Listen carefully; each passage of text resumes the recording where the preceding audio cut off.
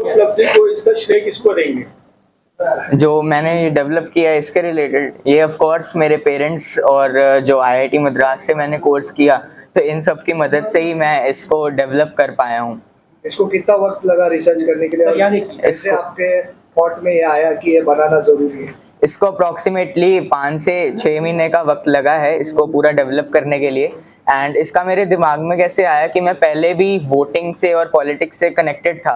पंजाब के अंदर मैंने पंजाब भ्रमण किया था before the legislative assembly election of Punjab, तो तब मैंने पंजाब भ्रमण किया था एंड लोगों को अवेयर किया था कि हमें वोट ज़रूर डालना चाहिए। तो वहीं से मेरे को आइडिया आया कि क्यों ना हम, जो मेरे पास नॉलेज है आईआईटी मद्रास से जो मैंने गेन की है, तो क्यों ना हम उसको प्लस जो करंट ईवीएम सिस्टम है हमारा, उन सबको हम कंबाइन करें और एक नए तरह की ईवीएम बनाएं with the help of blockchain technology, ताकि हम उसको और ज़्यादा ट्रांसपेरेंट और सिक्योर बना सकें। कितना कारगर साबित होगा और इसको लोगों में जाना कितना ज़रूरी है?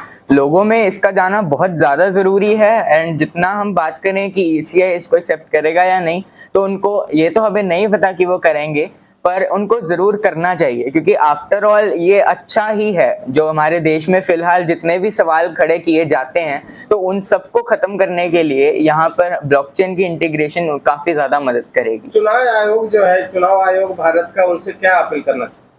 चुनाव आयोग से तो यही अपील है कि जो आइडिया हम यहाँ पर प्रेजेंट कर रहे हैं, जो सिमुलेशन हमने डेमोन्स्ट्रेट की है, तो उसको हम एक्सेप्ट करें और यहाँ पर जो जितनी भी वोटिंग की जाती है उसको हम with the help of blockchain technology करें, ताकि जो वोटर हैं उनको भी हम अलाउ करें कि वो वैलिडेट कर सकें और वेरीफाई कर सकें वोट को।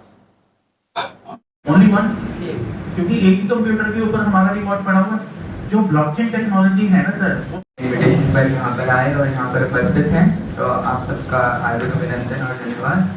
तो मैं मिठांश कुमार गुप्ता हूँ, मैं 14 वर्ष का हूँ, 9वीं कक्षा में पढ़ता हूँ और मैं प्रधानमंत्री राष्ट्रीय बाल पुरस्कृत हूँ।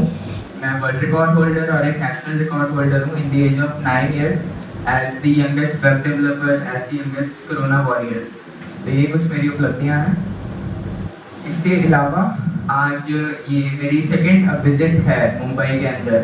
तो इससे पहले भी मैं एक बार जब आया था तो मैं सिर्फ 7 साल का था, तो लेकिन ये वाली विजिट मेरे लिए खास है क्योंकि मैं आज आप सबके सामने उपस्थित हूँ और आप सबके साथ मैं इंटरेक्ट कर पा रहा हूँ, तो इसलिए ये विजिट मेरे लिए खास है। और मैं फर्स्ट टाइम यहाँ पर मुंबई प्रेस क्लब में प्रेस कॉन्फ्रेंस कर रहा हूँ। तो एनीहाउ आज का जो हमारा मुद्दा है मेन, वो है कि जो हमारा प्रेजेंट ईवीएम है, या ना सिर्फ ईवीएम बल्कि पूरे देश के अंदर, विश्व भर के अंदर जितनी भी वोटिंग की प्रणाली का प्रयोग किया जाता है, उन सब के ऊपर हम आज बात करेंगे और किस तरीके से हम उनके ऊपर जितने भी सवाल खड़े किए जाते हैं उनको हम एक सोल्यूशन की ओर लेकर जा सकें। चाहे हम बात करें पहले पेपर की, चाहे ईवीएम की, चाहे ई वोटिंग की, जिसके अंदर हम घर बैठे ही वोट कर सकते हैं, तो इन सब की कोई ना कोई खामियां हैं। खामियां इस तरीके से नहीं कि हैक की जा सकती है, टेम्परिंग की जा सकती है, बल्कि खामियां इस तरीके से कि ट्रस्ट हम कैसे एस्टैब्लिश कर सकते हैं वोटर्स का। आज की डेट के अंदर अगर हम बात करें तो ना सिर्फ हमारे देश में बल्कि विश्व भर के अंदर ये प्रॉब्लम्स चल रही हैं कि जो भी उनकी वोटिंग प्रणाली का वो प्रयोग कर रहे हैं, उसके अंदर वोटर का वो लोग ट्रस्ट एस्टैब्लिश नहीं कर पा रहे हैं। अगर हम अपने देश की बात करें, ईवीएम जो इलेक्ट्रॉनिक वोटिंग मशीन जिसका प्रयोग किया जा रहा है सिंस 1997-98, तब से शुरू कर दिया गया था उसका यूज करना, तो वो भी ट्रस्ट हम गेन नहीं कर पा रहे हैं वोटर्स का, जिस वजह से वोटर टर्नआउट भी काफी कम हो रहा है। और उसका मेन रीजन यही है कि वोटर्स के पास ऐसी कोई भी पावर वोटर्स के पास नहीं है कि वो जब वोट का बटन दबाया उसके बाद सिर्फ 7 सेकंड के लिए उनको एक पर्ची दिखेगी और वही उनका इकलौता वेरिफिकेशन का माध्यम है, सिर्फ वो 7 सेकंड के लिए। उसके बाद वोटर के पास ऐसा कोई भी माध्यम नहीं है जिससे वो अपने वोट को वेरीफाई कर सके कि मैंने एबीसी पार्टी को वोट दिया था, तो क्या जिनको मैंने वोट दिया था वही मैं देख पा रहा हूँ, कोई टेम्परिंग तो नहीं हुई है मेरे वोट के साथ, या फिर इसको ये वेरिफिकेशन है, या फिर हम ये देख सके कि मेरे बूथ के अंदर जितनी भी वोटिंग हुई है, जिस भी पार्टी को जितने भी वोट मिले हैं, वो सारा मैं देख सकूं। वो भी हम आज की डेट में प्रॉपर्ली नहीं देख सकते कि मेरे बूथ में जो वोटिंग हुई है वो मेरी वोट काउंट हुई या नहीं। हमें ये नहीं पता कि जो मैंने वोट डाली है वो काउंट हो भी रही है या नहीं हो रही है। अगर हम बैलेट पेपर की बात करें, जिसको मोस्टली सोल्यूशन के तौर पे देखा जाता है आज की डेट में, तो उसके अंदर बहुत सारी प्रॉब्लम्स हैं। उसके अंदर सबसे बड़ी तो स्टफिंग की प्रॉब्लम है, बट चलो वो तो टैम्परिंग वाली चीजें होगी। उसके अलावा अगर हम सिर्फ ट्रस्ट की ही बात करें तो हम वहां पर ये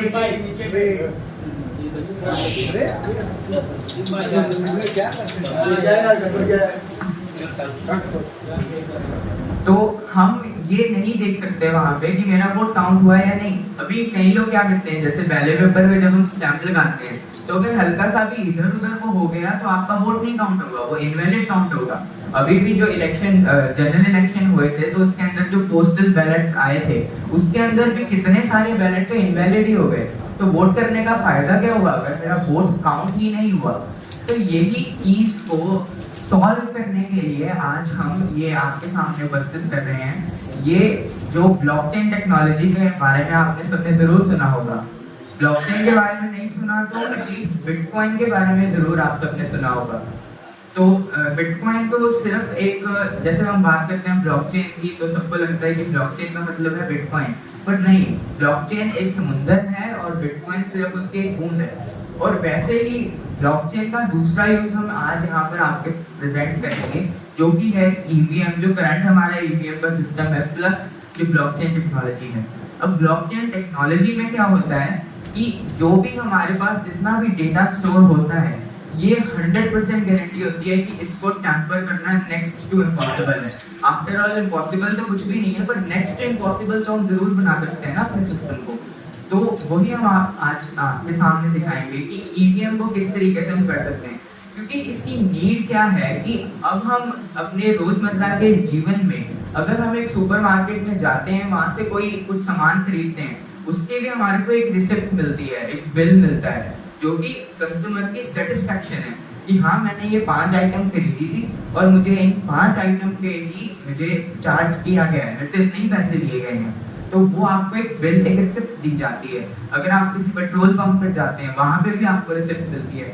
हर एक छोटी से छोटी चीज, चाहे आप एक पेन ही क्यों ना खरीदते हो, आप पेन को भी 10 बार चला कर देखेंगे कि वो पेन सही से चल रहा है। वो क्या है, वो ट्रस्ट है, वो एक सेटिस्फैक्शन है कि हाँ जो मैंने चीज की है, जो चीज खरीदी है वो चीज सही है। तो इसी तरीके से अब जो इन सब चीजों को कंट्रोल कर रहा है, सुपरमार्केट को, पेट्रोल को, किसी भी चीज को हम लेकर चलते हैं, इवन हमारे जिंदगी के कुछ एक पर्टिकुलर टाइम पीरियड को, वो कौन कंट्रोल करता है? हर चीज का कंट्रोल किसके हाथ में है? सरकार के हाथ में, गवर्नमेंट के हाथ में।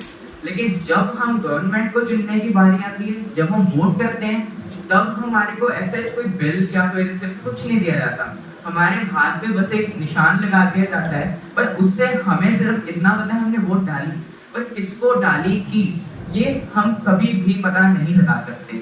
मेरी वोट जो डली है वो काउंट हुई या नहीं, ये हम कभी भी पता नहीं लगा सकते। तो यही दो मेन जो पॉइंट्स हैं, वेरिफिकेशन एंड वैलिडेशन, उन दोनों को with the help of blockchain technology, जो कि सबसे सिक्योर माध्यम है आज की डेट में डेटा को स्टोर करने के लिए, इन सबको कंबाइन करके हम आपको डेमोन्स्ट्रेशन आज करेंगे। ऑल्दो ये वाली ईवीएम की already launching Jalandhar press club Punjab के अंदर हो चुकी है, बट यहाँ पर मुंबई प्रेस क्लब के अंदर हम जस्ट टू अवेयर पीपल, तो अवेयरनेस के लिए हम यहाँ पर भी इसकी डेमोन्स्ट्रेशन आपके सामने करके दिखाएंगे। तो सबसे पहले तो जो नॉर्मल आज की डेट के अंदर प्रणाली का प्रयोग किया जाता है, जो नॉर्मल ईवीएम है जहाँ पर आपको एक पर्ची दिखती है, उतना हम पहले एक बार डेमोन्स्ट्रेट करके देखेंगे।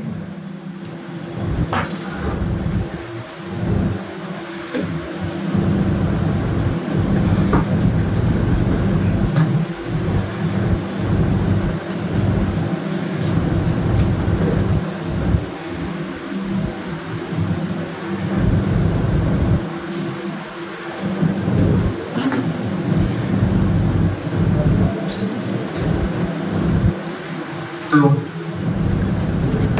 अब बता दीजिएगा अगर नहीं विजिबल होगा थोड़ा आगे करके।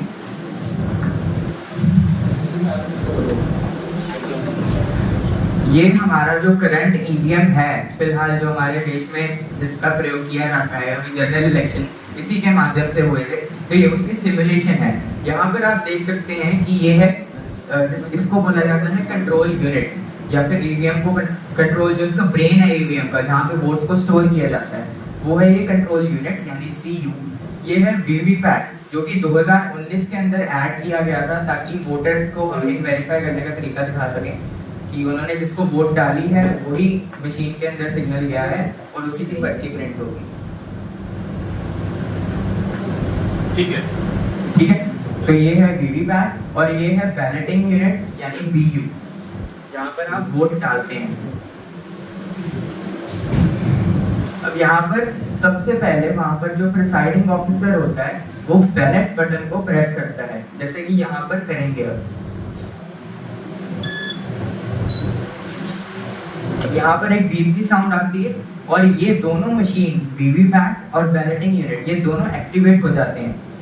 अब यहाँ पर हम किसी भी एक कैंडिडेट को वोट डालेंगे। लेट्स से मैंने फर्स्ट कैंडिडेट को वोट डाला, तो वहां पे आपको जो डेल्टा साइन है वो आपको वहां पे पर्ची दिख जाएगी। हम एक और वोट डाल कर देखते हैं।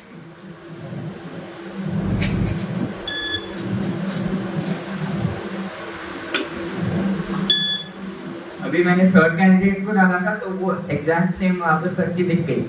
अब ये तो जो है ये है हमारा नॉर्मल ईवीएम, कितना सेकंड के लिए वो वीवीपैट के ऊपर पर्ची दिख रही है, वो 7 सेकंड के लिए होती है ईवीएम में, 7 सेकंड के लिए। तो ये तो है नॉर्मल डेमोन्स्ट्रेशन जो कि करंट फिलहाल अभी वर्किंग में है। तो अब हम आपको दिखाएंगे ब्लॉकचेन वाला जो हमने बीच में ऐड ऑन किया है वो।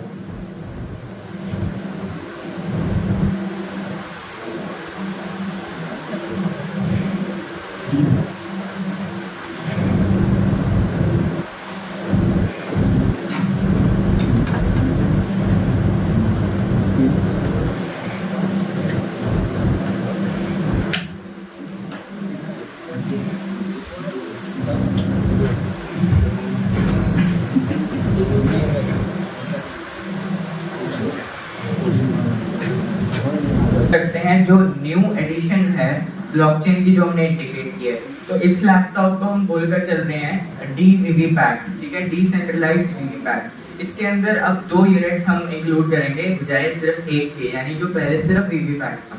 पहला यूनिट तो जो एज यूजुअल वीवीपैट है वो, पर उस वीवीपैट के अंदर अब यहाँ पर 2 बॉक्सेस आपको दिख रहे हैं, यानी कि अब यहाँ पर 2 पर्चियां प्रिंट होगी। पहली पर्ची जो वीवीपैट के ड्रॉप बॉक्स में गिरेगी और दूसरी पर्ची जो हम वोटर को देंगे ताकि वो अपनी वोट को वेरीफाई कर सके। और सेकंड यूनिट जो वहाँ पे है वो है ब्लॉकचेन यूनिट। प्रिंट होगा, हाँ जी, प्रिंट होगा। यहाँ पर 2 पर्चियां, जैसे पहले एक पर्ची दिख रही है, 2 पर्चियां आएंगी और वहाँ पे एक स्पेशल वोट कोड जो है वो भी एक जनरेट होगा और वो सिर्फ वोट कोड जो है वो पर्ची पे दिखाया जाएगा वोटर को, जो एक रिसिप्ट का काम कर रहा है अभी यहाँ पर। पर्ची मिलेगी आपको? हाँ, वो पर्ची, एक पर्ची वोटर को मिलेगी, एक पर्ची वीवीपैट ड्रॉप बॉक्स में गिरेगी जैसे पहले गिरी थी। हाँ, वो रहेगी एनोनिमस, मतलब यहाँ पे ये नहीं पता चलेगा कि किसने वोट किया है। जैसे पहले सिस्टम था टोटली एनोनिमस, वैसे ही रहेगा। तो यहाँ पर दूसरा जो ब्लॉकचेन यूनिट है जो कि ब्रॉडकास्ट करता है डेटा को नेटवर्क पे, तो अब यहाँ पे इसकी हम डेमोन्स्ट्रेशन करके देखते हैं। तो यहाँ पर अब ये बैलेटिंग यूनिट जो है वो ऑन हो चुका है। अब हम यहाँ पर किसी को भी वोट डालते हैं, लेट्स से फर्स्ट कैंडिडेट को। अब यहाँ पर आप देख सकते हैं 2 पर्चियां हैं और पहली पर्ची में भी नीचे एक वोट कोड था और दूसरी पर्ची में सिर्फ वोट कोड दिखेगा। हम 2-3 और वोट डालते हैं ताकि क्लैरिफाई हो जाए। अब मैंने सेकंड को डाली तो यहाँ पर आप एक वोट कोड देख सकते हैं। इस वोट कोड को जब हम बीएलओ ऑफिस में उस सिस्टम के अंदर एंटर करेंगे तो वहां पर हम देख सकते हैं किसको मैंने वोट दिया था। जैसे थर्ड कैंडिडेट को वोट दिया तो यहाँ पर एक जो ड्रॉप बॉक्स में गिरेगी वो एज यूजुअल। अब क्या होता है कि जो हमारे पास फिलहाल जो पर्ची गिरती है ड्रॉप बॉक्स में, उसमें क्या होता है कैंडिडेट का जो सिंबल है, पार्टी सिंबल, सीरियल नंबर और उसका नाम। अब यहाँ पर क्या है, वो तीनों चीजें तो रहेंगी लेकिन एक चौथी चीज जो है वो वोट कोड है, वो भी उसके अंदर रहेगा और वो ड्रॉप बॉक्स में गिरेगा। दूसरी पर्ची जो वोटर को दी जाएगी उसमें सिर्फ और सिर्फ वो वोट कोड ही होगा और कुछ नहीं वहां पे हम दिखाएंगे, ताकि हम उस वोटर की जो वोट है उसको एनोनिमस रख सकें। यहाँ पर 1 वोट और डाल के देखते हैं। 4th कैंडिडेट को वोट दिया तो यहाँ पर अब आप देख सकते हैं 2 पर्चियाँ यहाँ पर प्रिंट हुई हैं। दूसरी पर्ची जो राइट साइड पे है वो वोटर को दी जाएगी। तो ये तो हो गई। हमको अगर मैं चाहता हूँ तो आरटीआई में मुझे इसकी मालूमात कि मैंने किसको वोट दिया था जी, उसको मुझे लोग मालूमात दे सकती है जी। वो वहाँ पे आरटीआई डालने की जरूरत नहीं हमें पड़ेगी। हम जो हमारे पास पर्ची है वो सिंपल, हम जो बीएलओ ऑफिस यानी कि जो बूथ लेवल ऑफिसर का ऑफिस होता है, हम वहाँ पर जाएंगे उस टाइम पे इलेक्शन टाइम में आफ्टर इलेक्शन, मतलब जो ईसीआई की मर्जी होगी कि चाहे पोलिंग डे के बाद हो सकता है या रिजल्ट डिक्लेरेशन के बाद हो सकता है, तो वो तब वहाँ पर हम जाकर हम वोट अपनी चेक कर सकते हैं। और वो सिर्फ एक दिन नहीं होगा, वो काफी दिनों का टाइम स्पैन होगा जिसके अंदर हम अपनी वोट वेरीफाई कर सकते हैं इवन आफ्टर रिजल्ट्स। कितना टाइम लगा आपको ये बनाने के लिए? इसको बनाने के लिए अराउंड 6 to 7 मंथ्स का टाइम हमें लगा है सिमुलेशन बनाने के लिए। 6 to 7 months में आपने पूरा जी, ये विद हेल्प ऑफ मैंने आईआईटी मद्रास से मैंने कोर्स भी किया है ब्लॉकचेन टेक्नोलॉजी का। मैंने आईआईटी मद्रास से 1 साल का कोर्स किया है इन द एज ऑफ 12। तो उस नॉलेज को मैंने यूज करके यहाँ पे सारा जो ब्लॉकचेन डेमोंस्ट्रेशन है वो मैंने बनाया। इसकी जानकारी आपने सरकार को दी है? इसकी जानकारी राज्य सरकार तक हमने भेजी है और हम आपके माध्यम से भी हम सरकार तक इसको पहुंचने की कोशिश करेंगे। बाकी मैं आपको दिखाता हूँ कि वोट वेरीफाई कैसे होगी और वैलिडेट हम कैसे कर सकते हैं कि मेरी वोट काउंट हुई है या नहीं। तो मेन काम इस यूनिट का रहेगा।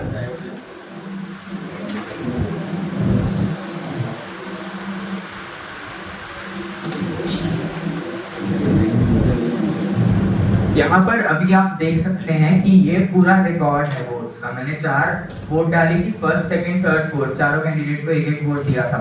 तो वो चारों वोट्स अब यहाँ पर दिख रहे हैं।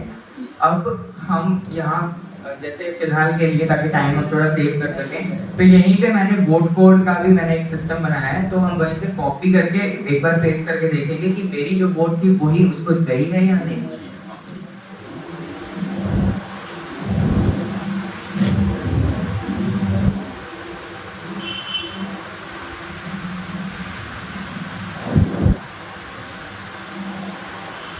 तो अभी जो मैंने सबसे पहला वोट डाला था एबीसी को, उसका मैंने वोट कोड यहाँ पर कॉपी किया है। यहाँ पर एक टैब बनी हुई है वोटिंग वेरिफिकेशन। इसके अंदर अब जो पर्ची के ऊपर वोट कोड होगा वोटर के पास, उसको यहाँ पर एंटर किया जाएगा। तो फिलहाल के लिए हम पेस्ट कर देते हैं इसको और verify now.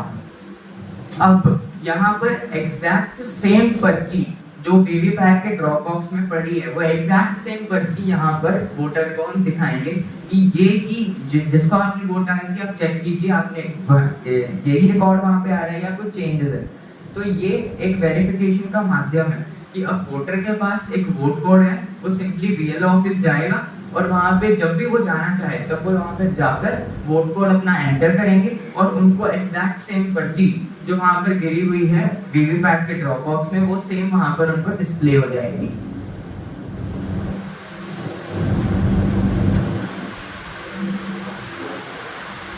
So this is the feature of verification।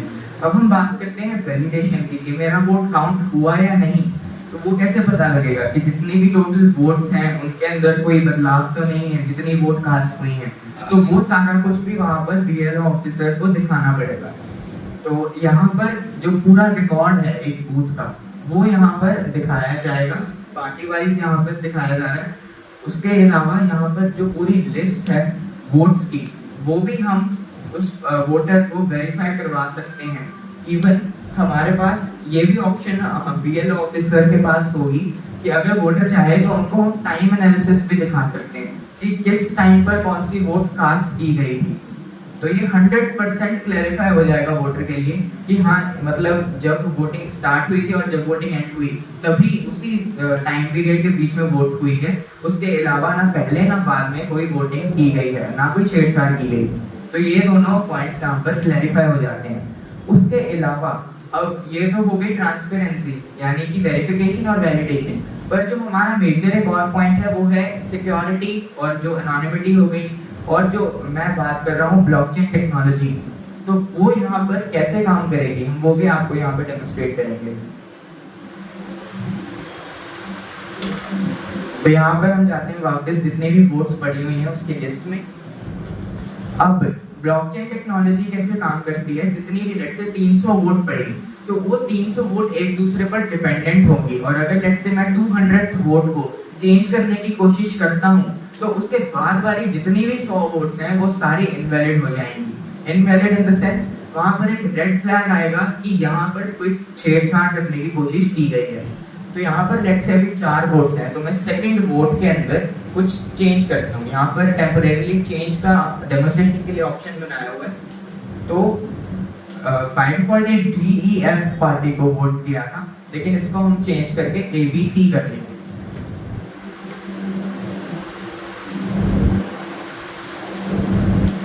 Change हो गया यहाँ पर,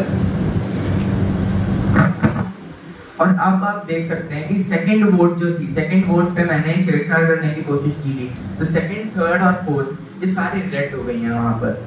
तो इससे ये पता चल जाएगा कि यहाँ पर टेम्परिंग करने की कोशिश की गई है। और यहाँ पर खास बात ये है कि ये एक जगह पर नहीं रिकॉर्ड पड़ा है, कि जितने भी BLO ऑफिस हैं वहाँ सब जगह पर इसकी कॉपी पड़ी है। तो अगर किसी ने हैक करने की कोशिश करनी है कि वो कहे कि जी हमने एक पर्टिकुलर पार्टी को जिताना है और हम सारी वोट को चेंज करने के लिए वो तैयार है, इसके बाद वाली भी सबको चेंज करना पड़ेगा, तो मिनिमम 51% ऑफ द कंप्यूटर्स जो कनेक्टेड है उस नेटवर्क से उनको चेंज करना पड़ेगा। अब हम महाराष्ट्र लेजिस्लेटिव असेंबली की बात करें तो 288 सीट्स हैं यहाँ पर, उसको मल्टीप्लाई बाय 10 भी करते हैं तो हमारे पास 2880 कंप्यूटर जो होंगे वो नेटवर्क पे होंगे जिनकी लोकेशन नहीं पता हैकर को। तो वहां पर मिनिमम 51% ऑफ द कंप्यूटर तो अगर वो चेंज करेंगे तो ही वो वोट रिजल्ट के ऊपर कोई फर्क डाल सकते हैं, अदरवाइज उनको पकड़ना काफी इजी। और ये जो चेंजेस करने का टाइम लगेगा ये बहुत एक्सट्रीमली लंबा टाइम है, इतने कम समय के अंदर कोई भी इतने ज्यादा चेंजेस नहीं कर सकता। इसलिए बिगिनिंग में कहा था ये नेक्स्ट टू इम्पॉसिबल है, और अगर हम टेक्निकली इसको लेकर चलें तो ये इम्पॉसिबल ही है। इतना टाइम किसी के पास नहीं थे वो सारा यहाँ पर एक कंप्यूटर पे जाएं, वहाँ पर जो BLO ऑफिसर है वो भी कुछ ना बोले और वहाँ पर जाकर हम वोट को चेंज करें, तो ऐसा बिल्कुल भी पॉसिबल नहीं है, जो कि इस सिस्टम को टोटली फुल प्रूफ बनाता है। और जितने भी डाउट्स होते हैं वोटर के, डाउट क्या है, काउंट नहीं हुआ वोट या जिसको वोट डाला उसको गया हुआ है या नहीं, तो वो सारा कुछ यहाँ पर ब्लॉकचेन टेक्नोलॉजी के माध्यम से क्लैरिफाई हो जाता है। तो ये हमारी मेन डेमोन्स्ट्रेशन थी जो आपको मैं दिखाना चाहता था कि यहाँ पर किस तरीके से ब्लॉकचेन टेक्नोलॉजी जो है वो यहाँ पर हेल्प कर रही है और हम इसको टोटली फुल प्रूफ इस सिस्टम को बना पा रहे हैं। ये उड़ गया समझो आपने कैसे बताया जी कि अगर उसमें तो गलत करते हैं हाँ छेड़छाड़ करने के बाद सब निकल जाएगा, तो री इलेक्शन करना पड़ेगा। नहीं, री इलेक्शन नहीं करना पड़ेगा, वहाँ पर रिकॉर्ड हमारे पास एज इट इज रहेगा, पर हमारे पास एक फ्लैग हो जाएगा कि यहाँ पर टेम्परिंग करने की कोशिश की गई है, तो हम उस पर एक्शन ले पाएंगे। री इलेक्शन नहीं यहाँ पे करना पड़ेगा, ना ही कोई वोट खराब होगी, वोट एज इट इज रहेगा। पता चलेगा अगर कहीं पे भी कुछ छेड़छाड़ की जाएगी तो जितने भी सिस्टम होंगे वो सभी पे अलर्ट हो जाएंगे। छेड़छाड़ किया है उसके ऊपर पता चल सकता है इसमें?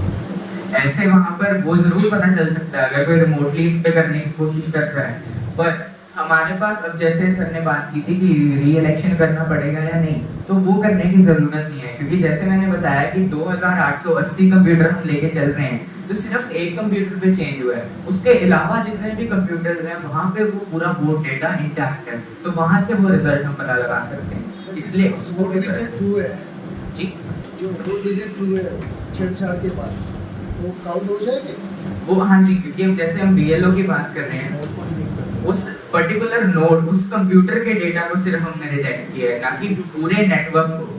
तो वहाँ पे बचे हुए जितने कंप्यूटर हैं वहाँ पे तो हमारे पास सही इंफॉर्मेशन है ना, तो वो जो पुराना वोट है वो उड़ेगा नहीं कहीं पे, तो उसके अलावा जितने भी कंप्यूटर है वहाँ पे सही डेटा हमारे पास पड़ा है, तो ऐसे हमारे को वो री इलेक्शन करने की या कोई भी मतलब डेटा उड़ने की कोई भी संभावना नहीं है। तो ओरिजिनल डेटा है वो रिकवर किया जा सकता है, it is recoverable.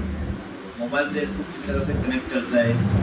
Ji, mobile से नहीं यहाँ पे कनेक्शन हो सकता है, स्पेशली वोटिंग टाइम पे इसका कोई भी चारा नहीं है कि हम इसको मोबाइल के साथ कनेक्ट करके चेंज कर सकें। ये हैक भी हो सकता है। अच्छा, इसके ये जो आपने जो बनाया है फॉर्मा, इलेक्शन कमीशन ऑफ इंडिया को इसकी कुछ जानकारी आपने देना चाहिए थी सबसे पहले तो, कि भाई इस तरह से हमने किया है, उसके बाद उनका कुछ बैकग्राउंड वगैरह लेना चाहिए। जी, हमने जैसे मैंने पहले बताया कि हमने पंजाब के अंदर इसकी प्रेस कॉन्फ्रेंस की थी। उसके अलावा हमने इलेक्शन कमीशन तक पहुंचने के लिए उनको मेल्स वगैरह यहाँ पर डाल रखी हैं, और हम मुंबई भी इसीलिए आए हैं ताकि हम आप सबके माध्यम से हम इलेक्शन कमीशन तक पहुंच सकें और उनको जानकारी दे सकें कि इस तरह की टेक्नोलॉजी को इम्प्लीमेंट करने से हम अपने वोटिंग प्रणाली को और ज़्यादा बेहतर बना सकते हैं। आपको पर्सनल जाके मिलना पड़ेगा। जी, वो हम सारा यहाँ पर प्रयास कर रहे हैं। सर, ये टेक्नोलॉजी जो आप लाए, ये पूरे भारत भर में एक ही टेक्नोलॉजी या सॉफ्टवेयर चलेगा, या इसके लिए अलग अलग राज्य के सॉफ्टवेयर अलग होंगे? नहीं, ये सारा यहाँ पर एक ही होगा, और आज तक इसको यहाँ पर डिजाइन नहीं किया गया है पहले इस तरीके से। वर्ल्ड में, नॉट सिर्फ इंडिया में बल्कि पूरे वर्ल्ड के अंदर इस तरह से जो ईवीएम मशीन फिजिकली ब्लॉकचेन को इम्प्लीमेंट नहीं किया गया है। लेकिन सर, हैक होने की चांसेस तो ज़्यादा होंगे कि अभी भी हैक का जो बताया जा रहा है कि मशीन को हैक किया जा सकता है जी। तो आपको नहीं लगता कि फिर वापस से जो हैकर्स हैं वो उस पर रिसर्च करेंगे और सारे मशीन को हैक किया जा सकता है? आपको सर, ये बात तब होती जब ब्लॉकचेन टेक्नोलॉजी बिल्कुल नहीं होती, इसके ऊपर कुछ काम ना किया गया था। पर मैं बता दूं कि जो जैसे यहाँ पर बिटकॉइन, आपने जरूर नाम सुना होगा, तो बिटकॉइन जो है उसका नाम हमें ओनर पता है कौन है, किसने वो बनाई थी वो हमें कुछ नहीं पता, लेकिन वो आज भी चल रही है। उसका कंट्रोल करने वाला भी कोई नहीं है, क्योंकि ये डिसेंट्रलाइज्ड नेटवर्क है, ये सेंट्रलाइज्ड नेटवर्क नहीं है। जैसे हम आरबीआई के एग्जांपल लेते हैं, तो आरबीआई के हाथ में कि जो अब मेरे हाथ में 500 का नोट है उसकी वैल्यू घटा के वो 100 रुपए कर दे, वो उनकी मर्जी है।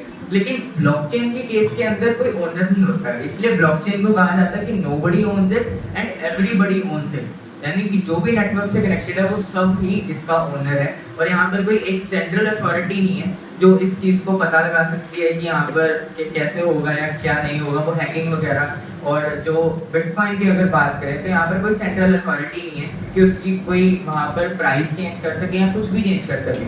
तो ये ऑलरेडी एक इम्प्लीमेंटेड टेक्नोलॉजी है और ये फुल प्रूफ है। आज तक कोई भी बिटकॉइन को हैक नहीं कर पाया, कोई जला नहीं पाया।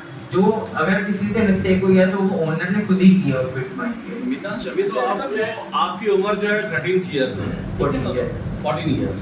तो अभी आपको ये क्यों सूझा कि मुझे इस तरह से एक ये बनाना चाहिए, सॉफ्टवेयर बनाना चाहिए, जबकि आईटी हब में तो और भी कई कंपनीज के और डिजाइनिंग्स हैं और भी कुछ उसमें विकल्प है, तो आपको ये सर, पहली बात तो जैसे जो कंपनी की आपने बात की, तो ऐसा कोई भी आज तक बनना नहीं है कि हम इस जो प्रॉब्लम है, जितनी भी कंट्रोवर्सी चलती है उनको हम सॉल्व कर सकें।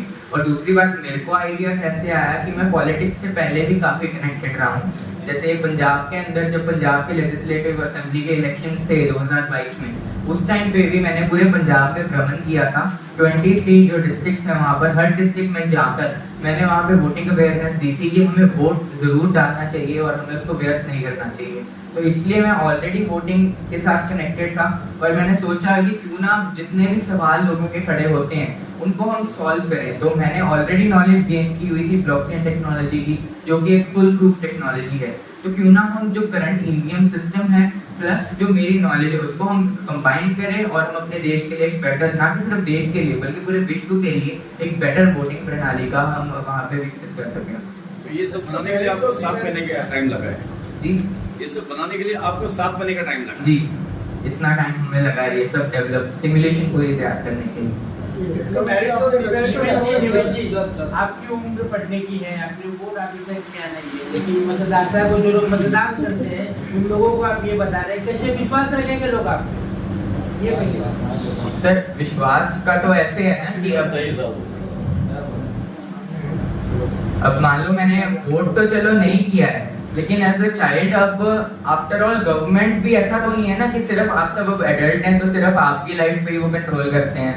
अब जो खर्चा होता है वो सिर्फ एडल्ट के लिए तो नहीं है ना, स्कूलिंग है, एजुकेशन है, एजुकेशन मिनिस्ट्री भी होता है। आप कह रहे हैं मैं पढ़ रहा हूँ, तो उनका कंट्रोल जब हमारी लाइफ पे है तो हम बच्चे क्यों नहीं कुछ कर सकते कि हमारे देश के लिए हम कुछ ऐसा कर सकें कि हम अपने देश को भी प्राउड बनाएं और कुछ ऐसी नई टेक्नोलॉजी लेकर आए, ना कि टेक्नोलॉजी से डरें। लोग कहते हैं बैलेट पेपर को लेकर आओ, पर वो तो और भी ज्यादा गलत हो जाएगा। हमें आगे जाना है, ना कि हमने परेशान युग के अंदर आपने और इतनी मेहनत तो की है। जब बड़े बड़े नहीं कुछ कर पा रहे तो बच्चों को तो फिर करना ही पड़ेगा ना, क्या कर सकते हैं हम? बड़े बड़े तो बस यही करने में लगे हैं, हैक हो गया जी, हैक हो गया जी, सोल्यूशन के ऊपर कोई बात ही नहीं कर रहा, ठीक है ना। तो अभी जरूरी क्या है सोल्यूशन, तो अगर बच्चा सोल्यूशन दे रहा है तो हमें उस चीज को देखना चाहिए ना। आपने तो मेहनत की है, एक मिनट आपने मेहनत जो की है, एक मिनट आपने जो इतनी मेहनत की है 7 महीने का, उतना उससे आपने टाइम लगाया है, उतने सोच के जो बनाया है, तो क्या लगता है कि आगे इलेक्शन कमीशन ऑफ इंडिया इसको अप्रूव? प्रेडिक्शन नहीं है कि वो करेगा या नहीं करेगा, पर अगर हम देखें तो अब हमें कोशिश करनी चाहिए और वो जरूर एक्सेप्ट करना चाहिए, क्योंकि आफ्टर ऑल ये और ट्रांसपेरेंट बना रहा है। आप भी वोटर हैं, मेरे पेरेंट्स भी वोटर हैं, सभी वोटर हैं, तो अगर हमारे को एक बेटर फैसिलिटी मिल रही है तो उसमें हमारा क्या जाता है, और उनको भी एक्सेप्ट करना आप लोग भी हमारी हेल्प कर सकते हैं ताकि ECI तक ये इन्फॉर्मेशन पहुंचे, कुछ अच्छा ही हो रहा है, ठीक है ना, तो उसमें हमारे फ्यूचर पे भी तो इफेक्ट पड़ेगा। जी सर। अभी जो मौजूदा ईवीएम मशीन है वो क्या हैक हो सकती है या डिफॉल्ट के थ्रू हैक किया जा सकता है, ऐसा अपोजिशन का कहना है, तो क्या लगता है उसमें सच है? और आपकी टेक्नोलॉजी काफ़ी नजदीक, आपने कभी ट्राई प्रयास किया है जो हैक करने का जो मौजूदा ईवीएम मशीन है? देखिए सर, नहीं, ना ही तो हमने किया है और ना ही ये किया जा सकता है, क्योंकि सीधी सी बात है, अब जो हमारे पास जो करंट ईवीएम है उसके अंदर ना तो कोई इंटरनेट कनेक्टिविटी है, ना कोई ब्लूटूथ है, एक वो स्टैंड अलोन डिवाइस है, उसमें तो इलेक्ट्रिसिटी के लिए भी कोई प्लग नहीं करता, वो बैटरी से चलती है। जैसे आम कैलकुलेटर है, अब हम कैलकुलेटर को कोई भी नहीं हैक कर सकता, उसी तरीके से ईवीएम के अंदर भी हैकिंग, टेम्परिंग, खासकर ये जो मोबाइल से आज की डेट में चल रहा है कि OTP आया तो उससे हैक हो गया, तो ऐसा कुछ भी पॉसिबल नहीं है कि हम अपने मोबाइल से या रिमोटली हम किसी भी तरीके से हैक कर सकें मशीन को। उसके फ्रॉडुलेंट को कैसे रोक सकते हैं? बैलेंस और डिवाइस क्या है?